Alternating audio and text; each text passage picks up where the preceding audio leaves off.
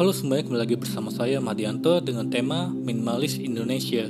Kali ini kita akan membahas tentang hidup itu mudah, mengapa kita membuatnya begitu sulit. Ini adalah kutipan motivasi yang menginspirasi dari John Jandai, salah satu orang paling bahagia di Thailand. Dan sebagai disclaimer, ini bukan perkataan saya. Seluruh isi dari pembahasan ini adalah murni dari pemikiran John Jandai, salah satu pegiat hidup minimalis yang sudah bahagia, dan saya terjemahkan dari bahasa Inggris acara TED Talks agar lebih banyak orang yang tersadar akan pentingnya hidup yang bahagia daripada membuat hidup yang sulit. Mari kita mulai. Ada satu ungkapan yang selalu ingin saya katakan kepada semua orang dalam hidup saya. Kalimat itu adalah, hidup itu mudah, sangat mudah dan menyenangkan. Meskipun saya tidak pernah berpikir seperti itu sebelumnya. Ketika saya di kota, saya merasa seperti hidup itu sangat sulit, sangat rumit. Saya lahir di desa miskin di timur laut, Thailand, dan ketika saya masih kecil, semuanya terasa sangat menyenangkan dan mudah. Tapi saat banyak orang datang ke desa, mereka berkata, "Kamu miskin. Kamu harus mengejar sukses dalam hidupmu. Kamu harus pergi ke kota untuk mengejar sukses dalam hidup kamu. Carilah banyak uang." Jadi saya merasa buruk tentang diri saya. Saya merasa miskin. Jadi saya pergi ke kota. Ketika pergi ke kota, itu terasa tidak terlalu menyenangkan. Anda perlu belajar banyak dan bekerja sangat keras, dan kemudian Anda bisa sukses. Saya bekerja sangat keras, setidaknya 8 jam per hari. Tapi yang bisa saya makan hanyalah semangkuk mie instan sekali makan, atau beberapa hidangan nasi goreng, atau semacamnya. Dan tempat saya tinggal sangat jelek. Sebuah ruangan kecil, tempat banyak orang tidur. Itu sangat panas. Lalu saya mulai banyak bertanya, ketika saya bekerja keras, mengapa hidup saya begitu keras? Pasti ada yang salah, karena saya menghasilkan banyak hal, tapi saya tidak bisa merasa cukup. Dan saya mencoba belajar di universitas. Sangat sulit untuk belajar di universitas karena terasa sangat membosankan. Dan ketika melihat subjek di universitas, di setiap fakultas, kebanyakan dari mereka memiliki pengetahuan yang merusak. Tidak ada pengetahuan yang produktif di universitas untukku. Jika Anda belajar menjadi seorang arsitek atau insinyur, itu berarti Anda merusak lebih banyak. Makin banyak orang ini bekerja, gunung akan lebih hancur. Sumber daya alam akan semakin habis. Jika kita masuk fakultas pertanian atau semacam itu berarti kita belajar cara meracuni tanah, air, dan belajar menghancurkan segalanya. Saya merasa seperti semua yang kita lakukan sangat rumit, sangat sulit. Kita hanya membuat segalanya menjadi sulit. Hidup sangat sulit dan saya merasa kecewa. Saya mulai berpikir tentang mengapa saya harus berada di kota. Saya memikirkan tentang ketika saya masih kecil, tidak ada yang bekerja 8 jam per hari. Semua orang bekerja 2 jam, 2 bulan setahun. Menanam padi 1 bulan, dan panen padi sebulan lagi. Selebihnya adalah waktu luang. 10 bulan waktu luang. Karena mereka punya banyak waktu luang, orang punya banyak waktu. Tapi karena mereka punya banyak waktu, mereka punya waktu untuk menyendiri. Dan saat mereka punya waktu untuk menyendiri, mereka punya waktu untuk memahami diri mereka sendiri. Ketika mereka memahami diri mereka sendiri, mereka dapat melihat apa yang mereka inginkan dalam hidup mereka. Dan saat saya kembali ke rumah, saya mulai hidup seperti yang saya ingat, seperti saat saya masih kecil. Saya mulai bekerja 2 bulan setahun, lalu mendapat 4 ton beras, dan saya punya keluarga 6 orang. Kami hanya membutuhkan kurang dari setengah ton per tahun. Jadi, beras-beras itu bisa dijual. Lalu saya membuat 2 kolam ikan.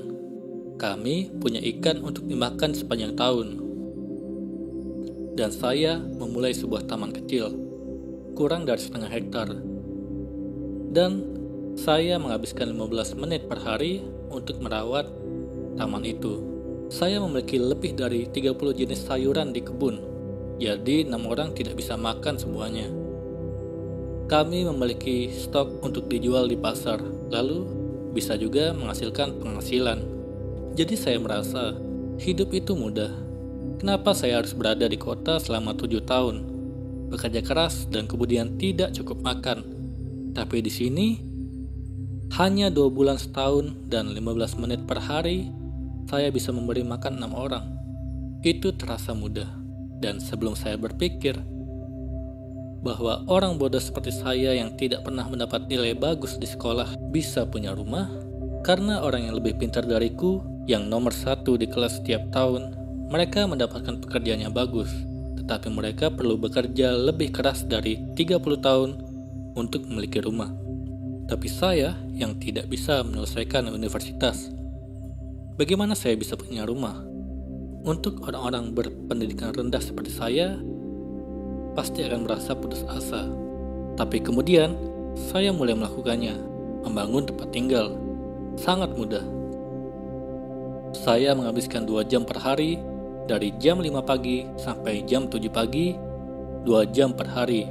Dan dalam 3 bulan, saya punya rumah. Dan teman yang paling pintar di kelasku, dia menghabiskan 3 bulan untuk membangun rumahnya juga. Tapi, dia harus membayar utangnya selama 30 tahun. Jadi dibandingkan dia, saya punya 29 tahun, 10 bulan waktu luang. Jadi saya merasa hidup itu sangat mudah. Saya tidak pernah berpikir saya bisa membangun rumah semudah itu. Dan saya terus membangun rumah setiap tahun. Setidaknya 1 rumah setiap tahun. Sekarang, saya tidak punya uang, tapi saya punya banyak rumah. Masalah saya adalah di rumah mana saya tidur malam ini. Jadi rumah bukan masalah. Siapapun bisa membangun rumah. Jadi mudah saja. Jika Anda tidak mempercayai saya, cobalah. Karena tanah di desa biasanya lebih murah harganya. Kemudian hal berikutnya adalah pakaian. Saya merasa seperti saya miskin, seperti saya tidak tampan. Lalu saya mencoba berpakaian seperti bintang film, untuk membuat diri saya terlihat bagus dan terlihat lebih baik. Saya menghabiskan 1 bulan untuk menabung untuk membeli celana jeans. Saat memakainya, saya melihat ke cermin. Setiap kali melihatnya, saya merasa sama. Celana paling mahal pun tidak bisa mengubah hidup saya. Saya jadi merasa seperti saya sangat gila. Mengapa saya harus membelinya? Lalu saya luangkan 1 bulan untuk memakai celana itu. Dan hal itu tidak mengubah diri saya. Saya mulai memikirkan lebih banyak tentang itu. Mengapa kita perlu mengikuti tren pakaian? Karena saat kita mengikuti tren pakaian, kita tidak akan pernah menyusulnya. Karena kitalah yang mengikutinya. Jadi, jangan diikuti, tetap seperti biasa. Gunakan apa yang Anda miliki. Jadi setelah itu, sampai sekarang, 20 tahun, saya tidak pernah membeli pakaian apapun. Semua pakaian yang saya miliki adalah sisa dari orang. Ketika orang datang mengunjungi saya, dan saat mereka pergi, membelinya karena saya menyukainya, atau membelinya karena saya membutuhkannya. Jadi jika saya membelinya karena saya menyukainya, itu artinya saya salah. Jadi saya hanya membeli yang saya butuhkan. Saya merasa seperti saya tidak khawatir tentang apa saja. Saya memiliki lebih sedikit rasa takut. Saya bisa melakukan apapun yang saya inginkan dalam hidup saya. Sebelumnya saya sangat takut, tidak bisa berbuat apa-apa. Tapi sekarang saya merasa sangat bebas. Jadi saya tidak perlu meniru siapa saja. Dan hal itu membuatnya mudah. Dari awal sampai sekarang, apa yang saya pelajari adalah 4 kebutuhan dasar.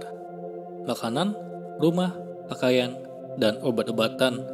Dan hal itu harus murah dan mudah didapatkan untuk semua orang. Itulah peradaban. Tapi jika Anda mempersulit keempat hal ini, dan sangat sulit didapat bagi banyak orang, itu berarti dunia sudah tidak beradab. Kita memiliki banyak orang yang selesai kuliah, memiliki begitu banyak kampus di bumi. Kali ini kita akan membahas tentang alasan kenapa kamu tidak perlu gengsi hidup sederhana. Yang penting bahagia. Dengan kecanggihan teknologi saat ini, membuat setiap orang bisa melihat standar kehidupan orang lain hanya melalui media sosial. Kalau kamu merasa gengsi karena tidak memiliki gaya hidup yang mewah, ini malah akan membuatmu sulit untuk menjadi diri sendiri dan selalu membutuhkan pengakuan orang lain untuk merasa bahagia. Sebenarnya tidak ada yang salah dengan penampilan dan gaya hidup mewah. Hanya saja hal ini keliru kalau kita sampai membuat seseorang merasa gengsi dan melakukan segala cara untuk berlomba-lomba menunjukkan standar kehidupan yang mewah dan tinggi. Jadi agar kamu tidak terjebak mengikuti standar hidup orang lain, berikut alasan kenapa kamu tidak perlu gengsi hidup sederhana. Yang pertama, hidup sederhana bukan berarti kamu kekurangan. Apa sih yang membuat beberapa orang malu untuk hidup sederhana? Mungkin beberapa orang masih ada salah kaprah tentang arti hidup sederhana. Padahal hidup sederhana bukan berarti kamu hidup dalam kekurangan, melainkan kamu hidup cukup, menggunakan uang secukupnya sesuai kebutuhan. Jadi sederhana di sini artinya kamu menggunakan sesuatu secukupnya dan tidak berlebihan. Nyatanya banyak orang yang memilih berpenampilan sederhana meski memiliki banyak uang. Kedua, kamu lebih mudah dalam mengelola keuangan. Menjalani hidup sederhana akan mengajarkanmu lebih mudah dalam mengelola keuangan. Bagi kamu yang sudah nyaman menjalani hidup sederhana, tentu sudah merasakan manfaat yang besar ini. Kamu pun bisa membedakan antara mana kebutuhan dan keinginan. Jadi dengan hidup sederhana kamu bisa menghindari perilaku konsumtif yang berlebihan, sehingga kamu terhindar dari kata boros. Hasilnya kamu pun bisa menyisihkan tabungan secara rutin dan terbebas dari hutang. Ketiga, bisa menyesuaikan gaya hidup dengan kemampuan. Salah satu alasan yang membuat kamu tidak perlu gengsi hidup sederhana adalah bisa menyesuaikan gaya hidup dengan kemampuan. Ini artinya, sebelum kamu mengikuti standar atau gaya hidup orang lain, kamu harus menyesuaikan kemampuan dan kondisimu terlebih dahulu. Jangan sampai kamu melakukan segala cara hanya untuk menunjukkan gaya hidup yang mewah tapi jauh dari yang sebenarnya. Ini sama saja kamu membohongi diri sendiri dan orang lain.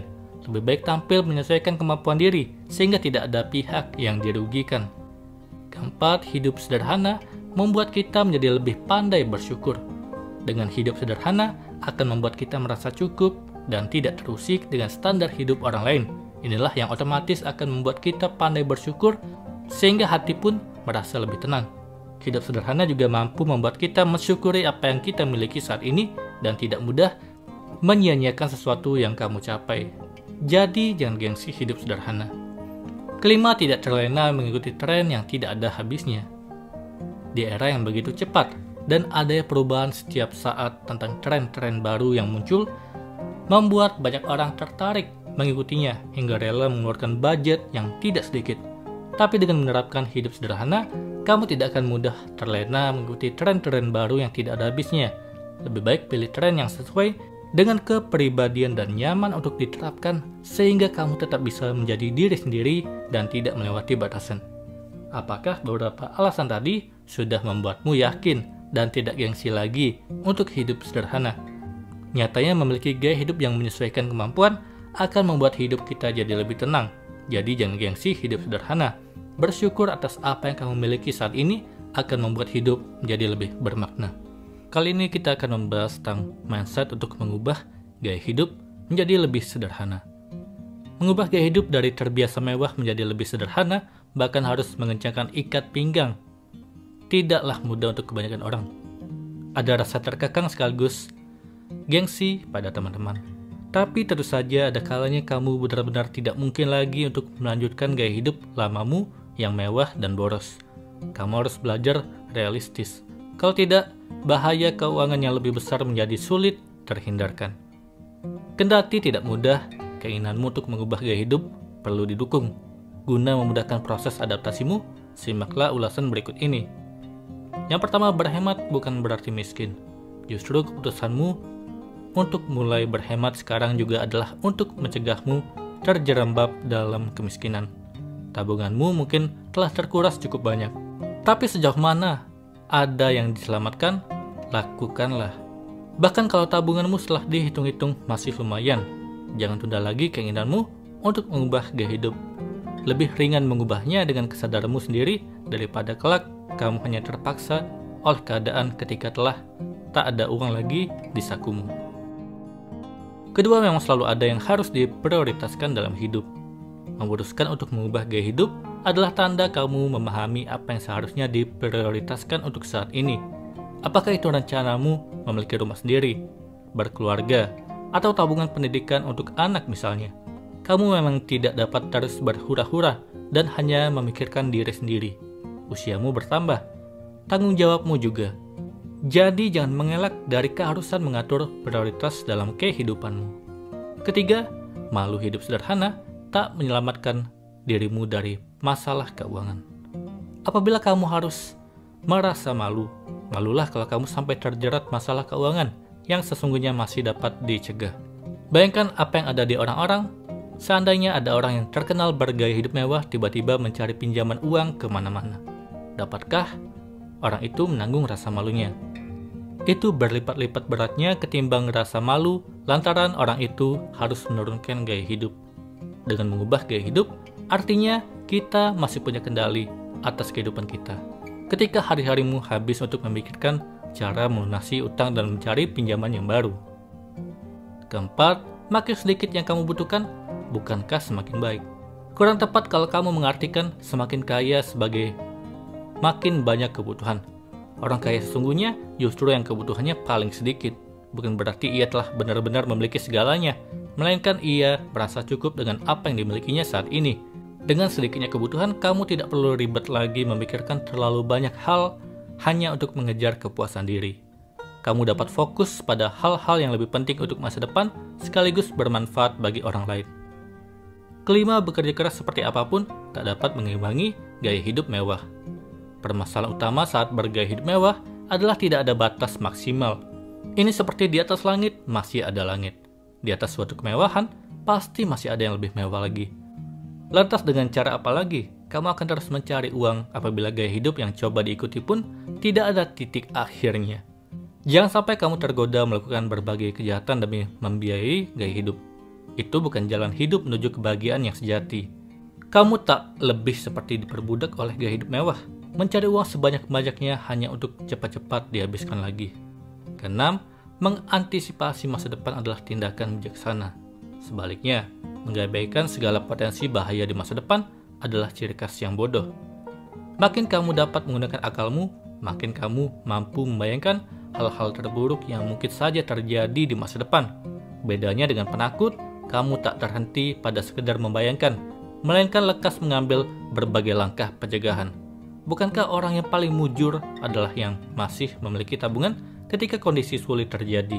Ketika mindset tadi tertanam kuat oleh dirimu, kamu akan melalui perubahan gaya hidup dengan perasaan ringan. Bahkan, proses transisi ini membuatmu mampu memaknai kehidupan dan kebahagiaan dengan lebih baik. Itulah tadi mindset untuk mengubah gaya hidup menjadi lebih sederhana. Kali ini kita akan membahas tentang fakta dari penelitian bahwa hidup sederhana membuat orang lebih bahagia. Kita mungkin sering melihat bahwa orang yang hidupnya biasa-biasa saja justru hidupnya lebih nyaman dan bahagia. Ini bukan karena dia tak mampu memiliki kehidupan yang mewah atau membeli barang-barang yang mewah, tetapi ini adalah pilihan. Ini ternyata bukan hanya isapan jempol belaka. Kesederhanaan membawa ketentraman lahir dan batin. Seperti yang dilansir dari halaman Power of Positivity menurut sebuah penelitian di Inggris dari tahun 2018 di mana 2000 orang menjawab pertanyaan tentang penyebab stres dalam kehidupan modern. Kecemasan tentang uang mempengaruhi sekitar 40% populasi dan sebaliknya, orang yang tak terlalu cemas akan hal itu memiliki tingkat stres yang lebih rendah. Berikut alasan mengapa orang sederhana membuat hidup lebih bahagia.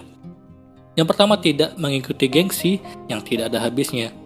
Kalau hidup kita terus mengikuti gengsi yang tak ada habisnya, selain uang yang akan kita keluarkan terus-menerus, hidup kita juga akan penuh penderitaan dan ketidakbahagiaan. Dengan bersikap sederhana, kita akan menjalani hidup yang seimbang, tak kekurangan atau tak berlebihan, yang justru akan membuat hidup jadi lebih nyaman dan tentram. Kedua, tidak mengikuti standar orang lain. Kalau terus membandingkan diri dengan orang lain, hidup kita akan selalu merasa kekurangan dalam segala hal dan tak pernah merasa puas. Dengan membuat konsep bahwa hidup kita punya cara dan selera masing-masing dan tak harus mengikuti orang lain, Justru itu akan membawa pada nilai kebijaksanaan. Hidup juga akan lebih tenang karena tak perlu memperhatikan anggapan atau penilaian orang lain tentang hidup kita. Ketiga, pikiran yang lebih jernih. Ketika dirimu memiliki banyak barang, itu dapat membebani secara mental.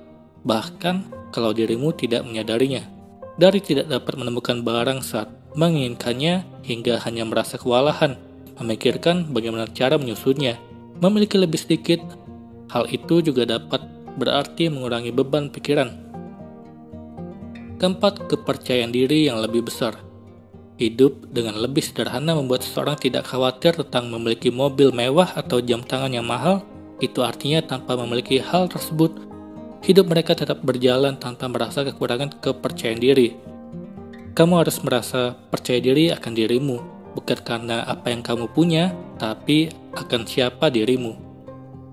Kelima, hubungannya lebih baik. Ini adalah hal yang mungkin tak pernah diduga. Bagaimana orang-orang bersaing setiap hari untuk membuat orang lain terkesan antara orang yang satu dengan orang yang lain, bahkan dari keluarga yang satu dengan keluarga yang lain, sehingga dengan hidup sederhana, dirimu tidak akan menjadi sorotan yang berpotensi membuat iri orang lain dengan sesuatu yang kamu miliki. Dengan demikian, hubungan orang lain juga akan jauh lebih baik. Hidup sederhana bukan berarti sama sekali tak memiliki barang yang mewah atau barang mahal. Namun kita akan tahu bahwa batasan dan prioritas mana hal-hal yang lebih penting untuk dipenuhi dalam hidup dan bagaimana semua itu memberi nilai bagi hidup kita. Kali ini kita akan membahas tentang tips menjadi sosok rendah hati dan sederhana. Keinginan untuk pamer dan dipandang sebagai orang hebat membuat sikap rendah hati kian langka. Padahal, memelihara sikap ini tidak hanya membuat hidup menjadi lebih damai, kamu pun akan disenangi banyak orang. Kabar baiknya, sikap rendah hati itu bisa dilatih. Berikut 5 tips menjadi sosok yang rendah hati dan sederhana.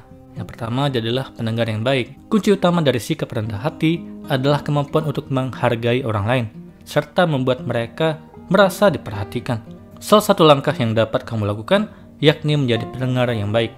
Menjadi pendengar yang baik akan melatihmu untuk mengendalikan ego diri, sebab biasanya ego itulah yang membuat kita bersikap sombong.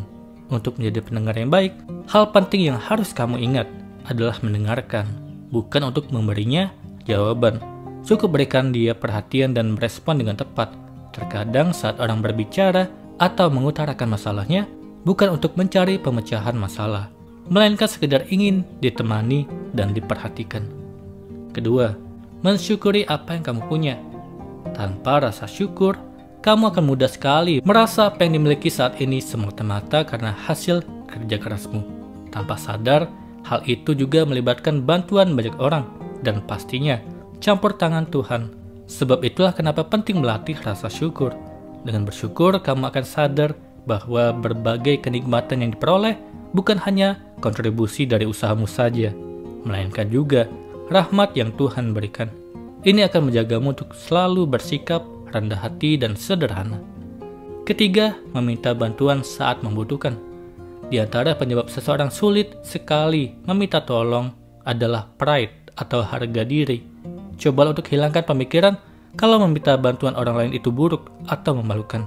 Semua hal itu dilakukan karena memang butuh dan bukan niatan untuk memanfaatkan. Maka kamu tidak mesti sungkan untuk minta tolong. Justru dengan mengakui dirimu tidak sempurna dan butuh bantuan orang lain, hal itu akan membuatmu rendah hati. Kamu sadar bahwa manusia itu tidak bisa hidup sendiri. Dengan begitu, bisa terhindar dari sikap tinggi hati atau sombong. Keempat, lupakan ingatan setiap selesai melakukan hal baik. Langkah penting lain supaya kamu senantiasa bersikap rendah hati, yakni menghilangkan harapan untuk dipuji. Cobalah untuk ikhlas dengan melupakan setiap selesai melakukan hal yang baik. Dengan begitu, apapun reaksi yang didapat tidak akan mempengaruhi motifmu berbuat baik. Kamu melakukan itu memang karena keinginan sendiri, bukan demi apresiasi orang lain. Kelima, meningkatkan empati. Empati adalah kemampuan untuk menempatkan diri pada posisi orang lain. Dengan begitu, kamu jadi bisa mendapatkan perspektif yang sama dengan orang tersebut sehingga lebih bisa memahami. Di antara penyebab orang bisa sombong adalah terlalu memberi perhatian pada diri sendiri dan mengabaikan kondisi orang lain. Dengan meningkatkan empati, kamu jadi sadar bahwa dunia dan isinya tidak cuma dirimu seorang, tapi terkoneksi dengan orang lain. Dengan begitu, tidak ada alasan untuk menjadi tinggi hati dan merasa kamu sosok manusia paling hebat. Sikap rendah hati mungkin dipandang remeh, bahkan ada yang menganggapnya sebagai kelemahan. Tapi kerendahan hati membuatmu bisa lebih menikmati hidup, karena tidak dibayangi dengan keinginan untuk selalu dipuji atau dianggap paling segalanya. Maka dari itu, mari latih diri menjadi rendah hati mulai dari sekarang. Mulailah tinggalkan gaya hidup ini dan cobalah berhemat. Membeli barang-barang mahal menjadi salah satu godaan yang sulit ditolak sebagian dari kita. Dengan prinsip ingin menikmati hidup, banyak orang yang baru punya penghasilan lebih malah gagal mengatur keuangannya. Soal hiburan misalnya, generasi milenial tak keberatan mengeluarkan uang jutaan rupiah untuk menonton konser secara langsung. Gonta-ganti gadget terbaru yang canggih juga sudah menjadi kebiasaan. Kebanyakan orang rela mengeluarkan uangnya demi memenuhi tuntutan gaya hidup, termasuk memamerkannya di media sosial. Walau hidupnya terkesan glamor, tapi tidak sedikit generasi milenial yang tidak punya tabungan. Pikir dua kali. Menurut perencana keuangan Jeremy Straub, CEO Coastal Wealth, sebelum melakukan pembelian barang mahal, tanyakan pada diri sendiri, apakah kita bisa membeli produk yang murah tapi membawa perasaan gembira yang sama. Meski mencari kegembiraan dari sebuah produk adalah hal yang murahan, tapi itu bisa membantu kita berpikir dua kali sebelum mengeluarkan uang banyak. Katanya seperti dikutip dari Insider. Menurut beberapa perencana keuangan, kebiasaan membeli barang mahal apa saja yang sebenarnya termasuk pemborosan, dan bagi mereka ini disebut investasi, padahal bukan. Lalu yang kedua, ngopi cantik. Kumpul-kumpul sambil ngopi di kedai kopi kekinian menjadi cara generasi milenial berjejaring dan bersosialisasi. Walau secangkir kopi seharga 50.000 terkesan murah, tapi kalau dilakukan beberapa kali dalam seminggu, pengaruhnya cukup besar pada anggaran pengeluaran. Ketiga, semua barang harus bermerek. Membeli tas atau sepatu desainer tidak termasuk pemborosan kalau kita sering memakainya ketimbang hanya menumpuk di lemari. Meski demikian, menurut Straub, membeli semua barang branded, mulai dari sepatu, baju, sampai aksesoris bukanlah sebuah investasi. Lakukan mix and match dan keluarkan uang untuk membeli satu atau dua barang desainer yang akan sering kita pakai dan bisa dipadankan dengan beberapa jenis outfit. Gadget baru. Setiap kali membaca berita akan diluncurkan gadget terbaru, kamu mungkin tergoda untuk mengganti ponsel lama.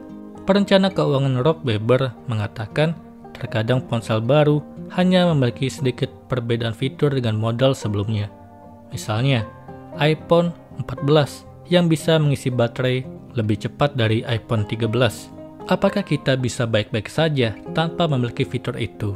Keempat, furnitur yang besar. Orang cenderung mengeluarkan uang banyak untuk furnitur yang besar dan mahal demi memenuhi gambaran rumah ideal. Tapi untuk mereka yang sering berganti selera interior, kebiasaan ini adalah pemborosan. Kelima, makan di restoran. Tak ada yang salah dengan makan enak di restoran, tapi jangan hanya tergiur untuk makan di restoran atau kafe yang sedang ramai diobrolkan di media sosial. Pilihlah restoran yang bisa memberi kita pengalaman menyenangkan tanpa harus membobol tabungan. Itulah tadi, tinggalkan gaya hidup yang mahal ini dan mulailah berhemat. Semoga ini bermanfaat. Sekian dan terima kasih.